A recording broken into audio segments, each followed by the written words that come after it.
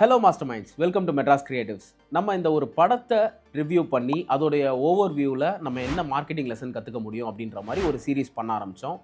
அதுக்கு உங்களுடைய சப்போர்ட் நல்லாவே கொடுத்துட்ருக்கீங்க. இப்போ ரீசெண்டாக பண்ண அந்த நைக்கி ஏர் ஜார்டன் படத்துக்கும் வந்து நீங்கள் நல்ல ரெஸ்பான்ஸ் கொடுத்துருந்தீங்க. Thank you so much. ஆக்சுவலாக இதுக்கு பின்னாடி இருந்த ஐடியாவே என்ன அப்படின்னா, நம்ம இந்த மாதிரியான லெசன்ஸ், இந்த மாதிரியான விஷயங்கள் கற்றுக்கணும் அப்படின்னா அதுக்கு ஒரு புக்கை தான் படிக்கணும், இல்லை யாரோ ஒரு மென்டார் சொல்லி தான் தெரிஞ்சுக்கணும் அப்படின்லாம் இல்லை. இந்த மாதிரி படங்கள் மூலமாக கூட நம்மளால் நிறைய விஷயம் கற்றுக்க முடியும் அப்படின்றதுக்காக தான் இந்த சீரீஸ் பண்ண ஆரம்பித்தோம்.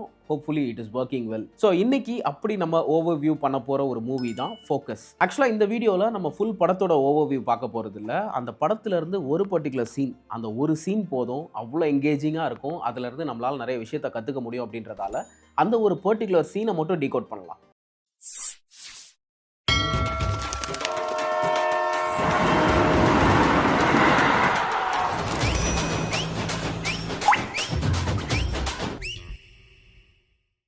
இந்த படத்தில் வில் ஸ்மித் அவருடைய கேரக்டர் நேம் வந்து நிக்கி வந்து ஒரு கான்மேன். இந்த கான்மேன் அப்படின்னா இந்த ஃப்ராடுத்தனம் பண்ணுறது, ஏமாத்துறது, அதாவது கன்வின்சிங்காக ஏமாற்றுவாங்கல்ல, அந்த மாதிரியான ஒரு கான்மேன் தான் இந்த படத்தோட ஹீரோ. அண்ட் இவருக்கு ஒரு கேர்ள் ஃப்ரெண்டும் இருப்பாங்க, அவங்க பேர் ஜெஸ். ஸோ நிக்கி அண்ட் ஜெஸ் இவங்க ரெண்டு பேரும் ஃபுட்பால் மேட்ச் பார்க்குறதுக்காக ஸ்டேடியம் போவாங்க. ஃபுட்பால் அப்படிங்கிறது இந்த நம்ம ஊர் ஃபுட்பால் கிடையாது, இந்த அமெரிக்கன் ஃபுட்பால், பாலை கையில் வச்சு விளையாடுவாங்களே அந்த கேம். இப்போ கேம் நடந்துட்டு இருக்கும் போது நிக்கி அண்ட் ஜெஸ் இவங்க பேக் ரோல உட்காந்துருப்பாங்க. அப்போ இவங்க வந்து பெட்டு கட்டி விளையாடுவாங்க. அதாவது $1 பெட்டு அப்படின்னு ஜெஸ் கிட்ட கட்டுவார்.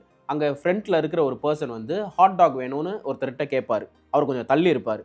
இப்போ அதை அங்கேருந்து இவன் தூக்கி போட போகிறான், ஆனால் இவன் கேட்ச் பிடிக்க மாட்டான். இதுக்கு $1 பெட் அப்படின்னு அவர் சொல்லுவார். கரெக்டாக அந்த ஹாட் டாக் தூக்கி போடும்போது இவரால் கேட்ச் பிடிக்க முடியாது. ஸோ $1 வந்து இவர் வின் பண்ணிடுவார். இப்போ ஜெஸ் ஒரு பெட்டு கட்டுவாங்க. அவங்க என்ன சொல்லுவாங்க, ஃப்ரண்ட்டில் குண்டா ஒருத்தர் உட்காந்துருப்பார், குடிச்சிருப்பார். ஆக்சுவலாக இந்த வேவ் பேட்டர்ன் ஒன்று ஸ்டேடியமில் ஃபாலோ பண்ணுவாங்கல்ல, அதாவது ஒரு சைடில் அப்படி ஆரம்பித்து அந்த என்டையர் க்ரௌட் அந்த வேவ் வந்து கண்டினியூ பண்ணுவாங்க. அப்படி ஒரு வேவ் பேட்டர்ன் அங்கே ஸ்டார்ட் பண்ணுவாங்க. ஆனால் இங்கே குடிச்சிட்டு உட்காந்துருக்காருல, இந்த வேவுக்கு இவர் எந்திக்க மாட்டார் அப்படின்னு இந்த ஜெஸ் வந்து பெட் கட்டுவாங்க. அந்த பெட்டில் ஜெஸ் வின் பண்ணிடுவாங்க. சரி, ஓகே, இப்போ நம்ம ரெண்டு பேரும் ஈவன், மறுபடியும் வேற ஒரு பெட்டு கட்டலாம் அப்படின்னு சொல்லிட்டு இருக்கும்போது அங்கே ஒரு கேர்ள் ஷார்ட் ட்ரெஸ் போட்டு அவங்க உட்காந்துருந்த சீட்ல இருந்து வெளியே வந்துட்டு மேலே வர ட்ரை பண்ணுவாங்க. அப்போ வில் ஸ்மித் சொல்லுவார், இந்த மாதிரி அந்த பொண்ணு அங்கே இறங்கி மேலே வரும்போது அட்லீஸ்ட் ஒரு 3 பேர் அந்த பொண்ணை திரும்பி பார்ப்பாங்க, எட்ஜ் ஆஃப் த சீட்டில் இருக்கவங்க மட்டும் அப்படின்னு ஒரு பெட் ஒன்று கட்டுவார்.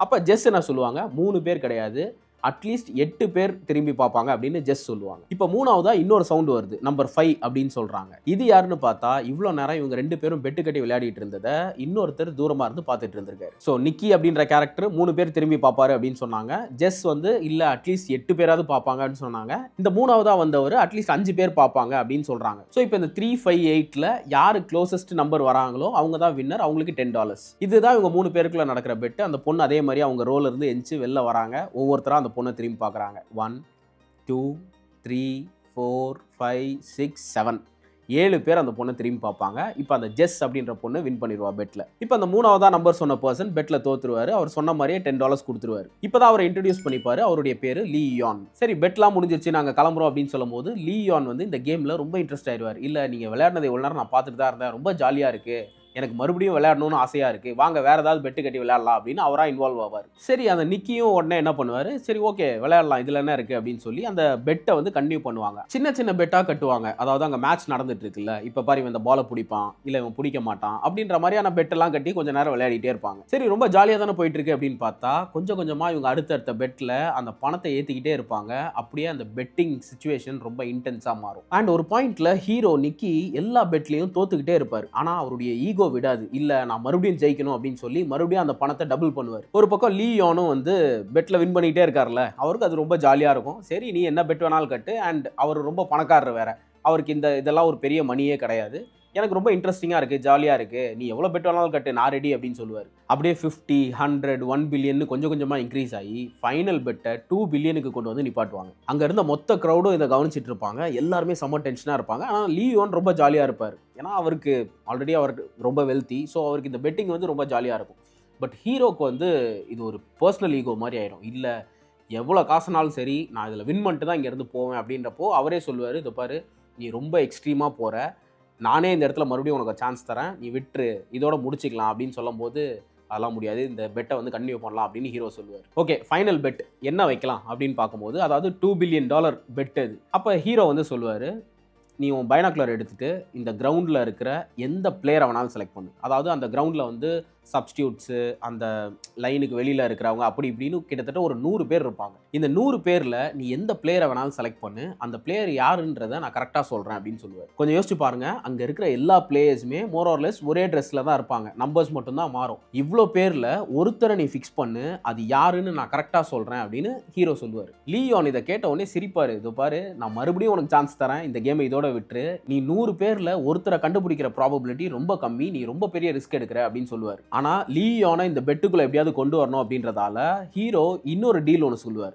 சரி நீ ஒரு நம்பரை ஃபிக்ஸ் பண்றல, அதை நான் கூட சொல்ல மாட்டேன், என்னுடைய கேர்ள் ஃப்ரெண்ட் கரெக்டாக சொல்லுவா அப்படின்னு சொல்லுவார். இதை கேட்டு அவருடைய கேர்ள் ஃப்ரெண்ட் பயங்கர ஷாக் ஆயிடுவாங்க. இதோ பாரு நீங்க என்ன நடக்குதுன்னே எனக்கு புரியல, நீங்க ஏதோ பெரிய கேம் விளையாடிட்டு இருக்கீங்க, நீ சம்மந்தமே இல்லாமல் எதுக்கு என்ன உள்ள இழுக்கிற அப்படின்னு அவங்க கேர்ள் ஃப்ரெண்ட் வந்து ரொம்ப கோவப்படுவாங்க. அப்போ ஹீரோ வந்து கேர்ள் ஃப்ரெண்டை கன்வின்ஸ் பண்ணுவார். இல்லை கண்டிப்பாக உன்னால் முடியும், நீ ஜஸ்ட் ஃபோக்கஸ் பண்ணு போதும், நீ கண்டிப்பாக கரெக்டாக சொல்லுவ, நான் சொல்கிறத மட்டும் கேளு அப்படின்னு சொல்லி ஹீரோயினை கன்வின்ஸ் பண்ணுவார். சரி ஓகே இவன் எவ்வளோ சொன்னாலும் கேட்குற மாதிரி இல்லை அப்படின்னு சொல்லிட்டு பைனாக்குலர் எடுத்துகிட்டு லியோன் அந்த கிரவுண்டு ஃபுல்லாக ஒரு ஸ்கேன் பண்ணுறாரு. ஃபைனலாக ஒரு பிளேயரை ஃப்ரீஸ் பண்ணுறாரு. அப்போவும் அவர் வந்து ரொம்ப ஜென்யூனாக கேட்பார். நான் ஒரு நம்பரை பார்த்துட்டேன், அந்த நம்பரை எங்கேயாவது எழுதணுமா, எழுதி வைக்கணும்னா சொல்லு, நான் எழுதி வைக்கிறேன் அப்படின்ன உடனே அப்போ ஹீரோ சொல்லுவார், இல்லை அதெல்லாம் இல்லை, நான் உன்னை ட்ரஸ்ட் பண்ணுறேன் அப்படின்னுவார். இப்போ ஹீரோயின் பைனாக்குலர் எடுத்து கிரவுண்டில் இருக்கிற எல்லா பிளேயர்ஸையும் பார்க்குறாங்க. பார்க்கும்போதும் மறுபடியும் லியோன் சொல்லுவார், நான் இப்போவும் உனக்கு சான்ஸ் தரேன், இந்த பெட்டை இங்கேயே கேன்சல் பண்ணிக்கலாம், ஆளாளுக்கு எவ்வளோ பணம் இருக்கோ அதை எடுத்துகிட்டு வீட்டுக்கு போயிடலாம் அப்படின்னு சொல்லுவார். ஆனால் நிக்கி கன்வின்ஸே ஆக மாட்டார். ஹீரோயின்ட்ட நீ பொறுமையாக ஒரு பிளேயராக ஸ்கேன் பண்ணு அப்படின்னு சொல்லி ஹீரோயின்ட்ட சொல்லுவார். ஜெஸ்ஸும் பைனாக்குலரில் அங்கே இருக்கிற எல்லா பிளேயர்ஸையும் பார்ப்பாங்க. ஒரு பிளேயரை பார்த்த உடனே பொறுமையாக சிரிக்க ஆரம்பிப்பாங்க. நான் கண்டுபிடிச்சிட்டேன், நம்பர் சொல்லட்டா அப்படின்னு கேட்டுட்டு அவங்க 55 அப்படின்ற நம்பரை சொல்லுவாங்க. லியோன் அதை கேட்டுட்டு இல்லை அப்படின்னு சொல்லுவார். அப்படியே ஒரு நிமிஷம் எல்லாரும் ஷாக் ஆவாங்க. மறுபடியும் இல்லை இல்லை இல்லை இது சான்ஸே இல்லை, எப்படி நீ கண்டுபிடிச்ச, அந்த நம்பர் 55 தான் அப்படின்னு சொல்லி அந்த மொமெண்ட்டை வந்து அவர் பயங்கரமாக செலிப்ரேட் பண்ண ஆரம்பிச்சிருவார். அவருக்கு வந்து மணி ஒரு பெரிய ஃபேக்டரே கிடையாது, ஆனால் அவருக்கு அந்த பெட்டிங் அவ்வளோ இன்ட்ரெஸ்ட்டு. அவர் ரொம்ப எக்ஸைட் ஆயிடுவார். எப்படி நீ கரெக்டாக கண்டுபிடிச்ச, பெட்டு எங்களுக்குள்ளே நடக்குது, சம்மந்தமே இல்லாமல் நீ இன்வால்வ் ஆன, நான் பார்த்த நம்பரை எப்படி கரெக்டாக நீ பார்த்த, 55 தான் கரெக்டான நம்பர் அப்படின்னு சொல்லி பயங்கரமாக செலிப்ரேட் பண்ண ஆரம்பிச்சிருவாங்க. அவங்க ப்ராமிஸ் பண்ண மாதிரியே அந்த $2 பில்லியன் ஹீரோ கையில் பேக்கில் கொடுத்துருவார். இவ்வளோ நேரம் நடந்தது ஜெஸ்ஸுக்குமே புரியாது. ஏன்னா இவன் ஒரு கான்மேன் அப்படிங்கிறது ஜெஸ்ஸுக்கும் தெரியும். அவ்வளோ ஒரு கான் கேர்ள் தான். அவள் வந்து ஒரு இந்த வாட்ச் எல்லாம் திருடுவா. இப்போ ஹீரோயினுக்கு பயங்கர கன்ஃபியூசிங்காக இருக்கும். ஓகே இப்போ இங்கே ஒரு மேட்ரு பார்க்கலாம். ஹீரோயின் எப்படி கரெக்டாக 55ன்னு சொன்னா அப்படின்னா, அந்த 55 நம்பர் ஜெர்சி போட்டு நிற்கிறது இவங்க டீமில் இருக்கிற ஒரு பர்சன், அதாவது ஏட்ரியன் அப்படின்ற ஒரு பர்சன். ஸோ பார்த்த உடனே ஓகே எதுக்கு சம்மந்தமே இல்லாமல் இந்த கூட்டத்தில் ஏட்ரியன் நிற்கிறான், அப்போ இவனாக தான் இருக்கும்னு சொல்லி அந்த நம்பரை 55 அப்படின்னு ஹீரோயின் கெஸ் பண்ணிடுவாங்க. ஏன்னா ஏட்ரியனை இவங்களுக்கு தெரியும், ஏன்னா இவங்க கூட்டத்தை சேர்ந்தவன் தான் அவன். ஆனால் லியோன் எப்படி கரெக்டாக 55 கெஸ் பண்ணாரு, எனக்கு இது புரியல அப்படின்னு ஹீரோயின் கேட்கும்போது, நாங்கள் அவனை 55 சொல்ல வச்சோம் அப்படின்னு சொல்லுவார். சோஃபார் நடந்தது இது கைண்ட் ஆஃப் கேம்பிளிங் தான். அதாவது இந்த பெட்டிங் இந்த மாதிரியான சீன் வந்து ரொம்ப இன்ட்ரெஸ்டிங்காக இருக்கும் அப்படின்றதால இவ்வளோ நேரம் நரேட் பண்ணோம். ஆக்சுவலாக இவங்க பிளான் பண்ணதே இந்த கடைசி பெட்டுக்காக தான். ஹீரோ இதுக்கு முன்னாடி எல்லா பெட்லையும் தோத்தார்ல, அது எப்படியாவது இன்டென்ஷனாக அந்த ஒரு அமௌண்ட்டை வந்து இன்க்ரீஸ் பண்ணணும், அது ஒரு இன்டென்ஸ் சுச்சுவேஷனில் கொண்டு வந்து ஒரு பெரிய அமௌண்ட்டுக்கு அந்த பெட்டை கொண்டு போகணும் அப்படின்றதால தான் இவர் முன்னாடி நிறைய பெட்டில் வந்து தோற்றுருப்பார். ஸோ இதுதான் ஃபைனல் பெட் அப்படின்னு வந்ததுக்கப்புறம் ஆப்வியஸ்லி இப்படி ஒரு சுச்சுவேஷன் நடக்கும். அவன் ஒரு நம்பரை பார்ப்பான், அந்த நம்பர் என்னன்றதை நம்ம முன்னாடியே அவனுக்கு ப்ரைம் பண்ணணும் அப்படின்றது தான் அவங்களுடைய ஐடியாவாக இருக்கும். அதே மாதிரி நிக்கியும் அதை ஃபைனல் பெட்டுக்கு கொண்டு வந்து நிப்பாட்டிட்டாரு. ஸோ இப்போ லியோன் என்ன நம்பர் சொல்லணும் அப்படிங்கிறதையே இவங்க தான் முடிவு பண்ணியிருப்பாங்க. இவ்வளோ நேரம் நம்ம பார்த்தது அஃப்கோர்ஸ் ரொம்ப இந்த படத்தோட ஒரு முக்கியமான சீன் அப்படின்னு சொல்லலாம். ரொம்ப என்கேஜிங்கான ஒரு சீன் அது. பட் நமக்கான லேர்னிங் எங்கே அப்படின்னா இதுக்கு அடுத்து வர சீனில் தான் இருக்குது. அஃப்கோர்ஸ் இந்த படத்தை ஃபர்ஸ்ட் டைம் பார்க்கும்போது எனக்குமே ரொம்ப சர்ப்ரைசிங்காக இருந்தது. அவ்வளோ கேள்வி இருந்தது, எப்படி அவன் சொல்லியிருப்பான், எப்படி இவங்க கெஸ் பண்ண நம்பரை சொல்ல வச்சுருப்பாங்க அப்படின்ற மாதிரி நிறைய கேள்விலாம் இருந்தது. ஸோ அடுத்த சீனில் தான் ஒன்று ஒன்றா ரிவீல் பண்ணுவாங்க. இந்த லியோன் இருக்கார்ல, இவர் ஆல்ரெடி ரொம்ப பாப்புலரான ஒரு கேம்ப்ளர், நம்ம டார்கெட் இவர் தான் அப்படின்றத இவங்க ஆல்ரெடி ஃபிக்ஸ் பண்ணியிருப்பாங்க. இப்போ இவர் லாஸ் வேகாஸ் வந்திருக்காரு அப்படின்னு தெரிஞ்ச நம்ம ஹீரோ இவருடைய அந்த ஒரு பர்டிகுலர் டே ஃபுல்லாக இருக்குல்ல, அந்த டே எல்லாத்துலேயும் எங்கெங்கெல்லாம் சப்கான்ஷியஸாக 55 அப்படின்ற நம்பரை அவருக்கு இன்டியூஸ் பண்ண முடியும் அப்படின்னு பிளான் பண்ணுவார். ஃபார் எக்ஸாம்பிள் அவருடைய ஹோட்டல் ரூம்லேருந்து வெளில வந்து அந்த லாபியில் எங்கே பார்த்தாலும் 55 அப்படின்ற நம்பரை வச்சுருப்பாங்க. ரொம்ப முக்கியமான விஷயம், எந்த இடத்துலையும் 55 அப்படிங்கிறது ரொம்ப போல்டாக ப்ராமினெண்ட்டாக அவர் கண்ணில் டேரெக்டாக படுற மாதிரி இருக்காது. அங்கே இருக்கிற சாண்ட்லியரில் இல்லை அந்த டோர் ஓப்பன் பண்ணுற பர்சனுடைய பின்னில் 55 இருக்கும். இவர் காரில் வரும்போது நிறைய பேர் போராட்டம் பண்ணிட்டு இருப்பாங்க, அதில் 55 அப்படின்ற ஒரு நம்பரை வச்சு போராட்டம் பண்ணுவாங்க. அண்ட் அங்கே கிராஸ் பண்ணுற ஒரு ட்ரக்கில் 55 இருக்கும். இதெல்லாம் லியோன் கவனிக்க மாட்டார். பட் ஸ்டில் சப்கான்ஷியஸாக இந்த 55 அப்படின்ற நம்பர் எங்கேயோ அவருக்கு ரெஜிஸ்டர் ஆகிட்டே இருக்கும். அண்ட் அந்த ஏட்ரியன் அப்படின்ற அந்த பர்சன் இருக்கார்ல, 55 நம்பர் ஜெர்சி போட்ட அந்த பர்சன், அவரையும் காலையிலேயே இவருடைய கண்ணில் படுற மாதிரி ஒரு சீன் ஒன்று செட் பண்ணியிருப்பாங்க. அதாவது ஒரு சின்ன ரோட் ஃபைட்டில் அவர் கத்துற மாதிரி. ஸோ இந்த பர்சனை சப்கான்ஷியஸாக அவர் காலையிலேயே பார்த்துருப்பார். இதெல்லாம் தாண்டி இன்னொரு முக்கியமான ஹூக் ஒன்று செட் பண்ணியிருப்பாங்க. அதுதான் அன்பிரடிக்டபிள். இவர் ஒரு சைனீஸ் பர்சன், பேரே லியோன் தானே இருக்குது. ஸோ இந்த மேண்ட்ரின் லாங்குவேஜில் இந்த 5 வந்து ஊ அப்படின்னு சொல்லுவாங்க. இவர் அந்த பைனாக்குலர் எடுத்து எந்த பர்சனை செலக்ட் பண்ணலாம் அப்படின்னு தேடிட்டு இருக்காருல்ல, அப்போ பின்னாடி ஒரு பாட்டு ஓடும். அதாவது ஊ ஊ ஊ ஊன்னு வர மாதிரி ஒரு பாட்டு ஒன்று இன்டென்ஸ்லாம் இவங்க ப்ளே பண்ண வச்சுருப்பாங்க. அதாவது 555ன்றது தான் அவருக்கு சப்கான்ஷியஸாக அது ஓடணும். அப்போ தான் அந்த 55 செலக்ட் பண்ணுவார் அப்படின்றதால அப்படி ஒரு பிளேலிஸ்ட் வந்து பின்னாடி ஓடிட்டு இருக்கும்.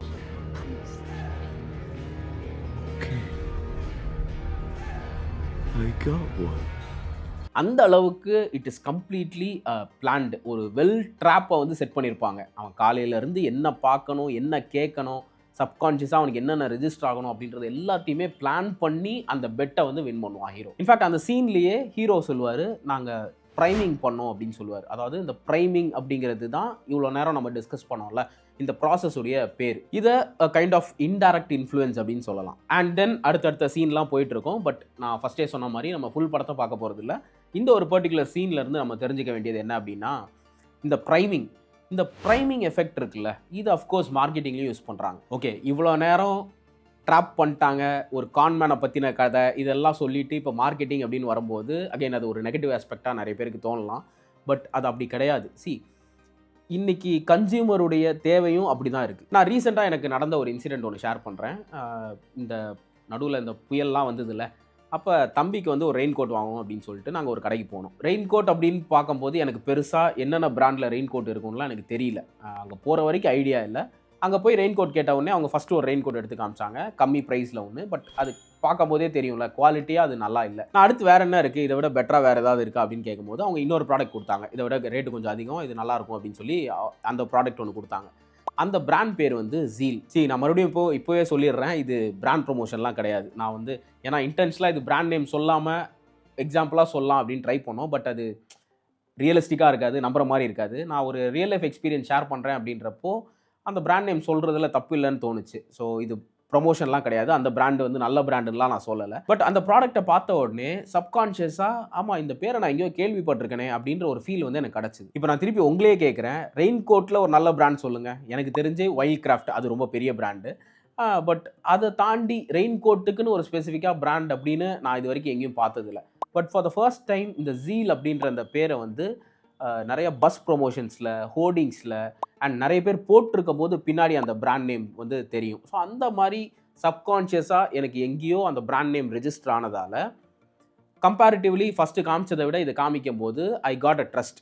ஓகே, இது கொஞ்சம் பெட்டராக இருக்கும், இது ஒரு நல்ல பிராண்டாக இருக்கும் அப்படின்ற ட்ரஸ்ட்டில் அந்த ப்ராடக்ட்டை நாங்கள் வாங்கினோம். இப்போ இந்த இடத்துல எனக்கு நடந்ததும் அந்த ப்ரைமிங் தான். அந்த ப்ரைமிங் எஃபெக்ட்னால தான் நான் எங்கேயோ அந்த பிராண்டை பார்த்த மாதிரி எனக்கு தோணுச்சு. அதனால் அந்த ப்ராடக்ட்டை நான் ப்ரிஃபர் பண்ணேன். பட் டு பி ஃப்ராங்க், இப்படி ஒரு பிராண்ட் இருக்குது, இந்த பிராண்டுடைய ப்ராடக்ட்ஸ் எப்படி இருக்குது, இவங்க ரிவ்யூஸ்லாம் எப்படி இருக்குன்னு எனக்கு தெரிஞ்சு நான் இது வரைக்கும் நான் பார்த்ததே கிடையாது. பட் சப்கான்ஷியஸாக அங்கங்கே பார்த்தது என்ன, அந்த பர்டிகுலர் இடத்துல ஒரு டெசிஷன் எடுக்கும் போது அது என்னை ரீகால் பண்ண வச்சது, ஒரு தைரியமாக ஒரு முடிவு எடுக்க வச்சது. இந்த ப்ரைமிங் எஃபெக்ட்டை தான் நிறைய பிராண்ட்ஸ் பண்ணுறாங்க. அண்ட் அஃப்கோர்ஸ் எல்லா பிராண்ட்ஸுமே பண்ணணுன்றது தான் என்னுடைய ஒரு பெரிய சஜஷனாகவும் இருக்குது. இன்றைக்கி வந்து எல்லாருமே வந்து சோஷியல் மீடியாவில் ஒரு போஸ்ட் போடுறது, இல்லை ஒரு பிரிண்ட் அட்வர்டைஸ்மெண்ட் கொடுக்குறது, ஒரு ஹோர்டிங் வைக்கிறது, இதில் வந்து ஃபர்ஸ்ட் டைமே ரிசல்ட் கொடுக்கல அப்படின்னா அதை ஒரு தேவையில்லாத செலவு, ஒரு வீண் செலவு அப்படின்னு பார்க்குறாங்க. ஆனால் அது ஏதோ ஒரு பாயிண்டில் ஆடியன்ஸ்க்கு ஒரு பிராண்ட் ரீகால் பண்ணுறதுக்கும் ஒரு பாயிண்டில் பிராண்ட் ரெக்கக்னேஷனுக்கும் அது ரொம்ப ஹெல்ப்ஃபுல்லாக இருக்கும் அப்படின்றத நிறைய பேர் புரிஞ்சிக்க மாட்டாங்க. இன்றைக்கி இருக்கிற நிறைய பிஸ்னஸ் ஓனர்ஸ், நிறைய பேரோட மைண்ட் செட் இன்ஸ்டன்ட் ரிசல்ட் வேணும். இப்போ நான் ஒரு ஹோர்டிங் வச்சுட்டேன் அப்படின்னா உடனே எனக்கு எவ்வளோ ரிட்டர்ன்ஸ் கிடைக்கும், ஒரு சோஷியல் மீடியா போஸ்ட் நான் ஒரு மாதம் பண்ணிட்டேன்னா உடனே எனக்கு எவ்வளோ ரெவன்யூ வந்து அது ஆர்ஓஐ வந்து ரிட்டர்ன் கொடுக்கும் அப்படின்ற மாதிரி இந்த ஆர்ஓஐ ஆஸ்பெக்ட்லேயே தான் எல்லாருமே யோசிக்கிறாங்களே தவிர இங்கே அதை தாண்டி ஒரு முக்கியமான ஒரு விஷயம் நம்ம கவனிக்கணும். அதுதான் இந்த பிராண்ட் ரெக்கக்னிஷன். இது வந்து கைண்ட் ஆஃப் இன்டான்ஜிபிள் அசெட் தான். இதுக்கு வந்து டான்ஜிபிள் அசெட்லாம் கிடையாது. இதுக்கு என்ன மெட்ரிக்ஸு, ஓகே நீங்கள் சொன்ன மாதிரி நான் பண்ணிட்டேன், அப்போ எவ்வளோ பேருக்கு என் பிராண்டு தெரிஞ்சிருக்கும், அதை கால்குலேட் பண்ண முடியாது. But we should believe the process. எல்லா பிராண்ட்ஸுமே அப்படி தான் ஃபங்க்ஷன் ஆகிட்டு இருக்கு. ஓகே, அப்போ இது வந்து புதுசாக பிஸ்னஸ் ஆரம்பித்தவங்க பண்ணணும், இல்லை ஒரு எமர்ஜிங் பிராண்ட் மட்டும் தான் பண்ணணும் அப்படின்லாம் கிடையாது. நிறைய பெரிய பெரிய பிராண்ட்ஸே ஒரு பாயிண்ட்ல ப்ரொமோஷன்லாம் பண்ணாமல் ஆடியன்ஸ் மறந்து அது காணாமல் போன பிராண்ட்ஸ்லாம் நிறைய இருக்குது. இந்த ப்ரைமிங் அப்படிங்கிறது எல்லா இடத்துலையும் எல்லாருக்கும் நடந்துட்டு தான் இருக்குது. இது ஏதோ மேனிப்புலேஷன் இல்லை ட்ரிக் பண்ணுறாங்க அப்படின்லாம் சொல்ல முடியாது. It is a common work of a human brain. Human brain அப்படி தான் ஃபங்க்ஷன் ஆகும். சப்கான்ஷியஸாக பார்த்த சில விஷயங்களை ஏதோ ஒரு இடத்துல தேவையான இடத்துல அது ஞாபகப்படுத்தும். அதனால தான் இந்த ப்ரைமிங் அப்படிங்கிற எஃபெக்ட்டை நிறைய பாப்புலர் பிராண்ட்ஸ் வந்து இது ஒரு ஃபார்மேட்டாக இது ஒரு ஸ்ட்ராட்டஜியாக ரெகுலராக பண்ணிக்கிட்டே இருக்காங்க. அண்ட் எல்லா புது பிஸ்னஸ் லைக் எமர்ஜிங் பிஸ்னஸ் எதுவாக இருந்தாலும் இந்த ப்ரைமிங் பண்ணணும் அப்படின்றது தான் என்னுடைய சஜஷன். ஏன்னா இன்னைக்கு கன்சியூமர்ஸ் பல பேர் தெரியாத ஒரு பிராண்டுக்கிட்ட இருந்து ஒரு பொருளை வாங்குறதுக்கு ரெடியாக இல்லை. அட்லீஸ்ட் ஏதோ ஒரு இடத்துல யாரோ சொல்லி இல்லை எங்கேயோ பார்த்து அந்த பேரை அவங்க கேள்விப்பட்டிருக்கணும். நம்ம ஒரு ஆட் ஒன்று ரன் பண்ணியிருக்கோம். அதை கன்சியூமர் ஃபர்ஸ்ட் டைம் பார்த்த உடனே அதை நம்பி அந்த ப்ராடக்ட்டை உடனே வாங்கணும் அப்படின்னு எதிர்பார்க்கக்கூடாது. அப்போ இது வெறும் ப்ராடக்ட் செல் பண்ணுறவங்களுக்கு மட்டும்தான் இந்த ஸ்ட்ராட்டஜியா அப்படின்னு கேட்டால் அப்படி கிடையாது. நீங்கள் ஒரு டிசைனரை சூஸ் பண்ண போகிறீங்க, இல்லை ஒரு ஏஜென்சியை ஹையர் பண்ண போகிறீங்க, இல்லை ஏதோ ஒரு சர்வீஸ் ஆப் பண்ண போகிறாங்க அப்படின்னா எல்லா கன்சியூமருடைய மைண்ட் செட் எப்படி இருக்கும் அப்படின்னா, உங்களை பற்றி எங்கேயாவது பார்த்துருக்கணும், இல்லை கேள்விப்பட்டிருக்கணும், யாராவது சொல்லியிருக்கணும், ஏதோ ஒரு வகையில் உங்களை பற்றின சஜஷன் ஒரு டீட்டெயில் அவங்களுக்கு தெரியணும். ஸோ ஒரு பிஸ்னஸ்க்கும் பிராண்ட் அவேர்னஸ் அப்படிங்கிறது ரொம்ப முக்கியம். பிராண்ட் அவேர்னஸ் எப்படி நடக்கும்? பிராண்ட் ரீகால் நடந்தால் தான் பிராண்ட் அவேர்னஸ் கிடைக்கும். இந்த பிராண்ட் ரீகால் தான் நம்ம பண்ணுற அட்வர்டைஸ்மெண்ட்ஸ், ப்ரொமோஷன்ஸ் எல்லாமே இந்த பிராண்ட் ரீகால் அப்படின்ற ஆக்டிவிட்டியில் தான் வரும். அரை மணி நேரத்துக்கு ஒரு வாட்டி ஸ்விக்கி ஜொமேட்டோலேருந்து நோட்டிஃபிகேஷன் வர்றதும் கைண்ட் ஆஃப் பிராண்ட் ரீகால் தான். உங்களுடைய பிஸ்னஸ்க்கான டார்கெட் கஸ்டமர்ஸ் எங்கெங்கெல்லாம் இருக்காங்களோ திருப்பி உங்கள் பிராண்டை பற்றி தெரியப்படுத்துங்க. அண்ட் அஃப்கோர்ஸ் இரிட்டேட்டிங்காக இருக்கக்கூடாது, ரொம்ப சாஃப்டாக சட்டிலாக அவங்களுக்கு பிடிச்ச மாதிரி இருக்கணும். யூஸ்வலாக இந்த இன்ஸ்டாகிராமில் ஃபீடில் திடீர்னு நடுவில் ஆட் வரும். அது என்னன்னு கூட கவனிக்காமல் அப்படியே ஸ்க்ரால் பண்ணி விடுவோம்ல. ஆனால் ஏதோ ஒரு பாயிண்டில் அதை கவனிக்க ஆரம்பிப்போம் அண்ட் ஒரு பாயிண்டில் அதை பற்றி தெரிஞ்சுக்கணும்னு நினைப்போம். ஸோ இதுதான் மார்க்கெட்டிங்கில் ரூல் ஆஃப் 7 அப்படின்னு சொல்லுவாங்க. ஒரு பர்சன் ஒரே மெசேஜை திருப்பி 7 தடவை பார்த்தா அவர் ஏதோ ஒரு ஆக்ஷன் எடுப்பார். இந்த ரூல் ஆஃப் 7 அப்படிங்கிறது இன்னைக்கு நேற்று வந்தது கிடையாது. 1930ஸ்லேயே ஹாலிவுட் யூஸ் பண்ண ஸ்ட்ராட்டஜி. அதாவது ஒரு படத்தை ப்ரொமோட் பண்ணுறதுக்காக இவங்க அங்கங்கே போஸ்டர்ஸ்லாம் ஒட்டுவாங்கல்ல. அதை ஆடியன்ஸாக இருக்கிற ஒருத்தர் இந்த படத்தை பார்க்க வைக்கணும் அப்படின்னா அவர் 7 வாட்டி அந்த போஸ்டரை பார்த்தாருன்னா படத்துக்கு வந்து டிக்கெட் வாங்கிடுவார் அப்படின்றது தான் இவங்களுடைய ஐடியா. ஒரு படத்தை பார்க்க வைக்கிறதுக்காக அங்கங்கே ப்ரொமோஷன்ஸ்லாம் பண்ணுவாங்க. லைக் அப்போவே இந்த ரேடியோவில் அனௌன்ஸ் பண்ணுறது, இல்லை போஸ்டர் ஓட்டுறது, இந்த மாதிரியான ஆக்டிவிட்டீஸ்லாம் பண்ணுவாங்க. அப்போது ஒரு கன்சியூமர் அந்த ஒரு மெசேஜை, அதாவது அந்த ஒரு போஸ்டரை இல்லை அந்த ரேடியோ மெசேஜை திருப்பி 7 தடவை கேட்கும் போது அவர் ஒரு முடிவு எடுப்பார், இந்த படத்தை போய் பார்த்துடலாம் அப்படின்னு. இதை யாரோ ஒரு பர்சன் கண்டுபிடிச்சி சொன்னது அப்படின்லாம் கிடையாது. இது ஹாலிவுட் இண்டஸ்ட்ரியே வந்து இந்த ஸ்ட்ராட்டஜியை நிறைய டெஸ்ட் அண்ட் ட்ரையல் பண்ணியிருக்கு. இந்த studio marketers, publicity managers, theatre owners இவங்க எல்லாரும் சேர்ந்து இது ஒரு டெஸ்ட் அண்ட் ட்ரையல் மாதிரி பண்ணி கண்டுபிடிச்சிருக்காங்க. அதாவது ரிப்பீட்டேஷன் வந்து ஃபெமிலியாரிட்டியை கிரியேட் பண்ணும். அந்த ஃபெமிலியாரிட்டினால உங்களுக்கு டிக்கெட் சேல் நடக்குது. இந்த 7 ஸ்டெப்பில் அப்படி என்னென்ன நடக்கும்னு பார்க்கலாம். ஃபர்ஸ்ட் டைம் பார்க்கும்போது அதை இக்னோர் பண்ணிடுவோம். 2வது தடவை பார்க்கும்போது அதை ரெக்கக்னைஸ் பண்ணுவோம். இதுக்கு முன்னாடி இதை பார்த்துருக்கோம்ல அப்படின்னு தோணும். 3வது தடவை பார்க்கும்போது ஒரு கியூரியாசிட்டி வரும், இது என்னது இது அப்படின்னு. 4வது தடவை பார்க்கும்போது ஓகே இதை பற்றி கொஞ்சம் தெரிஞ்சுக்கலாம் அப்படின்னு அதை படிக்க ஆரம்பிப்போம். 5th டைம் அதை ஞாபகம் வச்சுப்போம். 6வது தடவை அதை பற்றி பேசுவோம். 7வது வாட்டி இது என்ன பண்ணலாம், வேணுமா வேணாமான்னு ஒரு முடிவு எடுப்போம். இதுதான் இந்த ரூல் ஆஃப் 7. இந்த ஃபர்ஸ்ட் டைம் இக்னோர் பண்ணுறாங்க, 2வது தடவை அதை ரெக்கக்னைஸ் பண்ணுறாங்க அப்படின்னு பார்த்தோம். இந்த ரெகக்னைஸ் பண்ணுற இடத்துல தான் அந்த design and creative plays a major role அப்படின்னு நான் சொல்வேன். ஏன்னா இப்போ ரீசெண்டாக ஒரு சில டேர்ம்ஸ்லாம் சொல்கிறாங்கல்ல, ஸ்க்ரால் ஸ்டாப்பர், தம் ஸ்டாப்பிங் போஸ்ட் அப்படின்லாம். ஸோ அந்த அவ்வளோ ஃபீடில், அவ்வளோ க்ரௌட் ஆஃப் ஃபீடில் ஏதோ ஒரு இடத்துல உங்களை நிப்பாட்டணும் அப்படின்னா அதில் அந்த டிசைன் அண்ட் அந்த creative elements plays a major role. அது ரொம்ப முக்கியம். ஸோ அதனால தான் ஒரு நல்ல டிசைன், நல்ல லே அவுட் அண்ட் ரொம்ப க்ரியேட்டிவான ஒரு அப்ரோச் வந்து எந்த போஸ்டராக இருக்கட்டும், இல்லை ஒரு போஸ்டராக இருக்கட்டும், ஹோர்டிங்காக இருக்கட்டும், வாட் எவர் மீடியம், அந்த இடத்துல அங்கே கொஞ்சம் இம்பார்ட்டன்ஸ் கொடுக்கணும் அப்படின்னு நான் சொல்கிறேன். நம்ம இதுக்கு முன்னாடி இந்த ஜோ ஜெரார்ட் கார் சேல்ஸ்மேன் அவரை பற்றியும் ஒரு வீடியோ பண்ணியிருந்தோம். அதில் நம்ம சொல்லியிருப்போம், அவர் வந்து அவருடைய கஸ்டமர்ஸ்னு இல்லை, அவருடைய டேட்டாபேஸில் இருக்கிற எல்லாருக்கும் ரெகுலராக இந்த பர்த்டே கார்ட்ஸ், ஹாலிடே கார்ட்ஸ் எல்லாமே அனுப்பிட்டே இருப்பார். இதுவுமே கைண்ட் ஆஃப் பிராண்ட் ரீகால் தான். அதாவது எல்லாரும் அவங்கள ஞாபகம் வச்சுக்கிட்டே இருக்கணும் அப்படின்றதுக்காக பண்ணுற ஒரு ஆக்டிவிட்டி தான். ஸோ இது வந்து நம்ம கஸ்டமர்ஸை வந்து மேனிப்புலேட் பண்ணுறோம், நம்மளுடைய கன்சியூமர்ஸை மேனிப்புலேட் பண்ணுறோம் அப்படின்லாம் கிடையாது. நம்மளை ஞாபகம் வச்சுக்கிறதுக்காக, அவங்களோட கனெக்டடாக இருக்கிறதுக்காக பண்ணுற ஒரு பிரிட்ஜிங் ஆக்டிவிட்டி தான் இது. ஓகே 7 தடவை பார்த்தா போதும்ல, இப்போ வருஷத்துக்கு ஒரு தடவை பண்ணால் போதும் தானே அப்படின்னு கேட்கக்கூடாது. இதில் கன்சிஸ்டன்சியும் ரொம்ப முக்கியம். நம்ம என்ன டைம் லிமிட்டில் ஆடியன்ஸுடைய மைண்டில் ரொம்ப சேஃபாக அவங்கள இரிட்டேட் பண்ணாமல் போய் அவங்க மைண்டில் ரிஜிஸ்டர் ஆகிறோம் அப்படின்றது ரொம்ப முக்கியம். ஏன்னா அந்த இன்டர்வல் வந்து ரொம்ப ஒரு டீசென்ட் டைம் ஃப்ரேமில் இருக்கணும். அடிக்கடி காமிச்சா ஸ்பேம் ஆயிடுவீங்க, ரொம்ப லேட்டாக காமிச்சா மறந்து போயிடும். இந்த கேப் வந்து ரொம்ப க்ரூஷியலான ஒரு பாயிண்ட்டு. ஸோ கரெக்டாக என்ன இன்டர்வலில் அவங்களுக்கு போய் சேரணும் அப்படின்றத ப்ராப்பராக டிசைட் பண்ணணும். சரி, இப்போ அப்படியே ஃபைனலாக நம்ம படத்துக்கு வரலாம். ஃபர்ஸ்ட் டைம் பார்க்குற ஒரு வியூவராக இந்த சீன் பார்க்கும்போது அவர் 55 அப்படிங்கிறத ரேண்டமாக செலக்ட் பண்ணார் அப்படின்னு தான் நமக்கு தோணும். பட் அதுக்கு பின்னாடி ஹீரோ என்னென்ன வேலை பண்ணார் அப்படின்றது தான் அந்த படத்தோட ஒரு பெரிய ஹைலைட்டே. அதே மாதிரி தான் நம்ம கன்சியூமர் எங்கேயோ போய் டக்குன்னு ஒரு ஷெல்ஃப்லேருந்து ஒரு ப்ராடக்ட் எடுக்கிறாங்க, இல்லை நம்மளுடைய பிராண்டை வந்து அவங்க செலக்ட் பண்ணுறாங்க அப்படின்றது வெளியிலேருந்து பார்க்குறவங்களுக்கு ஜஸ்ட் லைக் தட் அவங்க ஒரு ஒரு அந்த ப்ரிஃபரன்ஸ் அந்த டெசிஷனை வந்து ரொம்ப குயிக்காக மேக் பண்ணுற மாதிரி இருக்கும். ஆனால் அதுக்கு முன்னாடி அந்த கன்சியூமருடைய மைண்டில் அது எத்தனை வாட்டி அப்பியர் ஆச்சு, அதுக்கு மேலே அந்த பிராண்ட் மேலே அவங்களுக்கு இருந்த ஒப்பீனியன் என்ன அப்படின்றதெல்லாம் ரொம்ப முக்கியம். ஸோ அதெல்லாம் வந்து வெளியில் இருக்க யாருக்குமே தெரியாது. ஆனால் ஒரு பிராண்டாக ஒரு பிஸ்னஸாக கன்சியூமருடைய மைண்டில் நம்ம எப்படி போய் நம்ம பிராண்டை ரீச் பண்ண வைக்க போகிறோம், நம்ம பிராண்டை பற்றின ஒப்பீனியன் அவங்களுக்கு எப்படி இருக்க போகுது, இது எல்லாமே செட் பண்ண வேண்டியது ஒரு பிஸ்னஸ் ஓனருடைய ஒரு முக்கியமான கடமை. உங்கள் பிஸ்னஸுடைய ப்ரெசன்ஸை உங்களுடைய டார்கெட் ஆடியன்ஸ்க்கு திருப்பி திருப்பி காமிச்சிக்கிட்டே இருங்க. அண்ட் உங்கள் பிராண்ட் மேலே அவங்களுக்கு என்ன அபிப்பிராயம் வரணும் அப்படிங்கிறதும் உங்கள் கையில் தான் இருக்குது. நிக்கி பண்ண மாதிரி உங்களுடைய டார்கெட் ஆடியன்ஸையும் ப்ரைமிங் பண்ணுங்கள், but in a positive way. So that's it. இந்த வீடியோ உங்களுக்கு பிடிச்சிருந்தது அப்படின்னா மறக்காமல் லைக் பண்ணுங்கள், சேனலை சப்ஸ்கிரைப் பண்ணுங்கள். வேறு ஒரு டாப்பிக்கோட அடுத்த வீடியோவில் பார்க்கலாம்.